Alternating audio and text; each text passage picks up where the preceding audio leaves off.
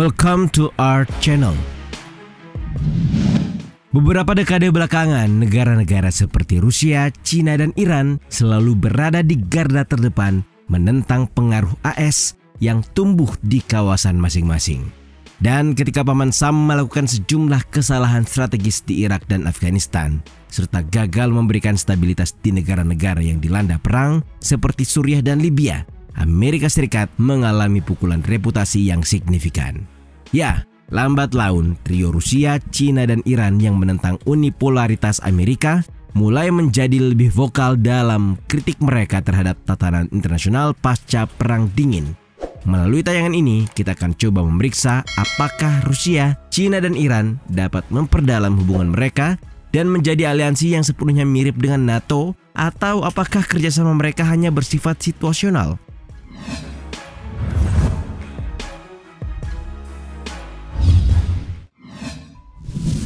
Sejarah sebutan blok poros. Mari kita mulai pembahasan ini dengan sedikit menukil sejarah dari salah satu perang paling mematikan dalam sejarah manusia. Pada 1 November 1936, diktator Italia Benito Mussolini berpidato di hadapan masyarakat Italia di Roma, merayakan perjanjian yang telah ditandatanganinya bersama besti Jermannya Adolf Hitler. Dalam pidatonya yang berapi-api, Mussolini menyatakan bahwa protokol Berlin-Roma bukanlah penghalang, melainkan lebih merupakan satu kekuatan di mana semua negara Eropa yang digerakkan oleh keinginan untuk perdamaian dapat berkolaborasi dalam masalah. Sebuah aliansi atau blok pun lahir. Dan beberapa tahun kemudian, blok yang dikenal sebagai poros atau Axis itu berperang melawan sekutu.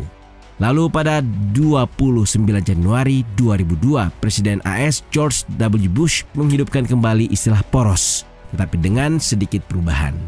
Yang menyebut rezim Islamis Ali Khamenei di Iran, Saddam Hussein di Irak, serta Kim Jong-il di Korea Utara, tiga rezim yang bekerja sama melawan AS dan negara-negara bebas lainnya saat itu sebagai Axis of Evil atau Iblis Poros.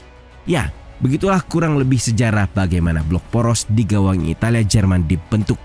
Tak sulit menemukan cerita lengkap dari peristiwa itu yang kita tahu merupakan penanda awal dari Perang Dunia II. Lantas, bagaimana istilah blok poros hari ini?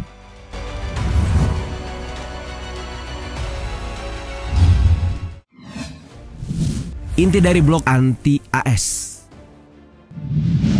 Well, dalam suatu artikel yang dipublikasikan Washington Times dengan nada yang sinis menyebut, hari ini poros baru telah muncul. Media yang berbasis di Amerika Serikat itu menamainya sebagai poros tirani, yang terbentuk di tahun 2022 ketika Presiden China Xi Jinping dan Presiden Rusia Vladimir Putin menandatangani perjanjian yang menyatakan bahwa kedua negara untuk selanjutnya tidak akan ada batasan untuk bekerja sama. Yang dengan kata lain, tidak ada zona terlarang bagi Rusia, Cina. Tiran besar lainnya berkolaborasi dalam poros ini, yakni pemimpin tertinggi Iran Ali Khamenei.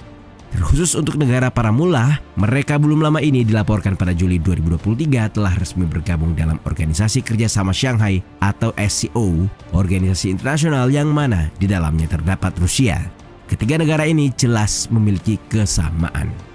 Disebutkan oleh David Lenhart dalam tulisannya yang diterbitkan New York Times, A New Axis, seperti Rusia, baik Cina maupun Iran memandang AS sebagai musuh. Jika dunia pecah menjadi dua blok yang bersaing, demokrasi versus otokrasi, seperti yang pernah disinggung Presiden AS Joe Biden, Rusia, Cina, dan Iran merupakan inti dari blok anti-AS. Dan ya, sejumlah manuver yang dilakukan masing-masing tampaknya mengarah pada satu poros yang sama. Hubungan mereka yang lebih dekat menimbulkan proses yang mengkhawatirkan. Misalnya, bagaimana jika ketiga negara tersebut memutuskan untuk menghadapi Amerika secara bersamaan dalam waktu dekat? Pasalnya selama ini ketiga negara itu berjuang sendiri-sendiri, tapi nyatanya masing-masing mampu bertahan.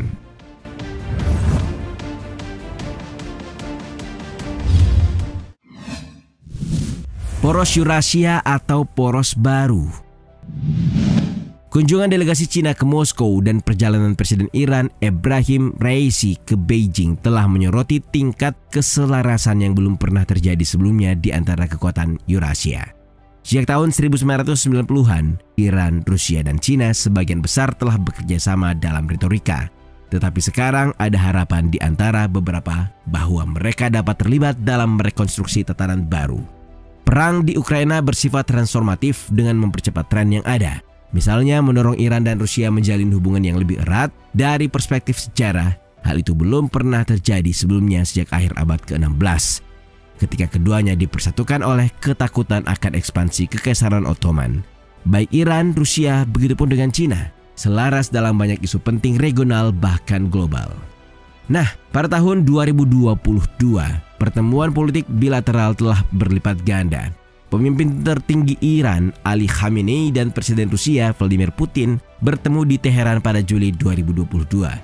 Delegasi Rusia terus-menerus mengunjungi Teheran untuk mempelajari pengalaman penghindaran sanksi Barat di Iran.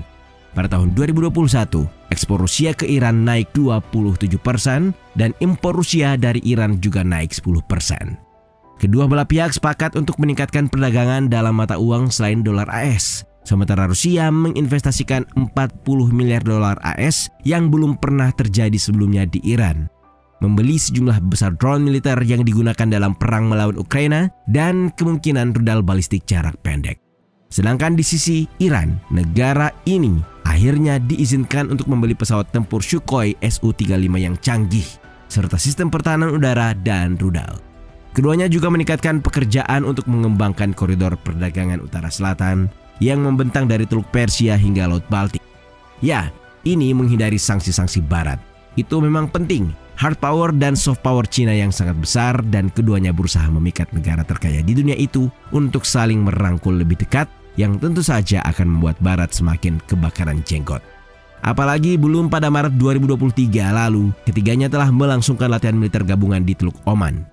Menarik dinantikan seperti apa masa depan tatanan dunia ini.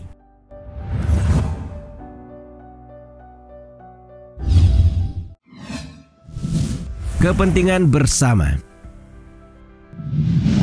Tanda-tanda bahwa sedang atau telah terbentuknya blok poros baru ini tidak seberarti bahwa kampanye agresi dalam waktu dekat bakal dikoordinasikan. Salah satu alasannya adalah baik Rusia, Cina maupun Iran masih memiliki ketegangannya masing-masing. Cina dan Rusia seperti diketahui telah lama menjadi rival dalam memperebutkan pengaruh di Asia. Dan keduanya seperti halnya Amerika Serikat, lebih memilih Iran untuk tidak menjadi negara dengan kekuatan nuklir yang dominan. Namun hal yang tidak boleh ditepikan dalam pembicaraan ini yakni ketiganya juga memiliki tujuan bersama yang menyatukan mereka. Ya benar, mengurangi pengaruh geopolitik AS, Eropa Barat, Jepang, dan sekutu lainnya.